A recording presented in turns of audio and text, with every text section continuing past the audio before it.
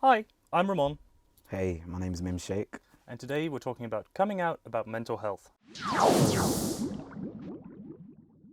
Am I? I don't know yet. At Childline, we know that it can really help to talk about how you're feeling, and specifically for boys, young boys as well, it's something that sort of feels like you can't talk about things if they're bothering you because it's somehow not manly or not strong. I just think there's so many things that people are not talking about, and I look at the world and I go, why are people not talking about this thing, which is mental health and stuff that's going on in their mind? Even today, I still sit down and I go, why?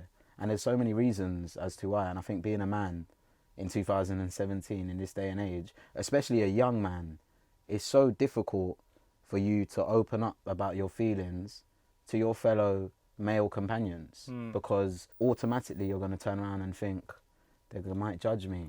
Mental health, I feel, is not now it's being seen as, it's like a thing. Oh, this is mental health.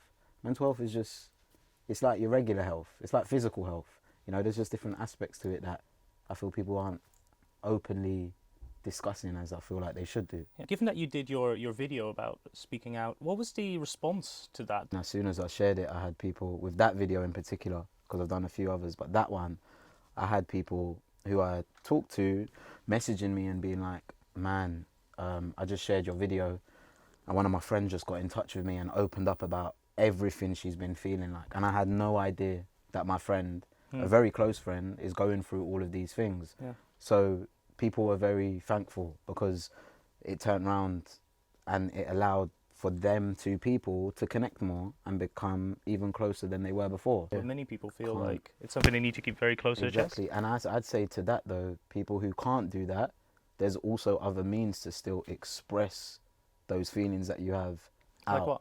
Through art or through any form of creation, or even keeping a diary.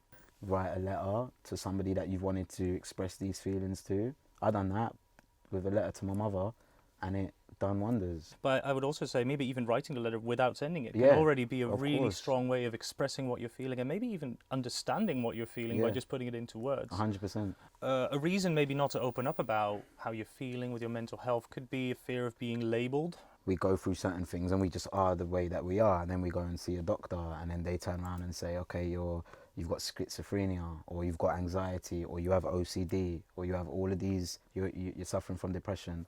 You have all of these things that will then, I think, have a more negative impact on an individual because then they go, I got something wrong with me. But I don't think that's the case. It's not you've got something wrong with you. Somebody's told you this is how you are. So now you have knowledge. What are the symptoms of these things? What does this mean? And how am I going to be able to adapt and live my life knowing that I'm like this, with these labels? So they can also be a good thing to allow you to find out about certain things that you didn't know. What are a couple of ways that can make it easier for a young person to go out and talk to someone about how they're feeling? I think what's key is knowing and finding the right person, somebody who listens, who is not going to judge you, maybe a little bit older and wiser and had more experience in life. Those things I found are really helpful. So once you've identified that person, how would you go about it? I'd love to catch up, and just let the conversation roll. Yeah. And I don't think I have any expectations of how it should go or how you should think the conversation should. I need to talk about this, then I'm going to move on to that, and then this, and then I'm going to leave feeling this. You can have an idea about where you think conversation is going to go. Like, we could have had an idea about where this conversation was going, but look how many things have come out of it already. Yeah. And that's just spontaneity in conversation. So I just think be able to just talk to them openly and just talk from this place here rather than worry about what's going on in your mind, and then just let it be. It will make you feel 100% better. So even if you feel like you have no one to talk to, you can always talk to Childline, online or on the phone. Mim, thank you very much for coming. It's been really good, and we'll see you next time. Bye! See you later.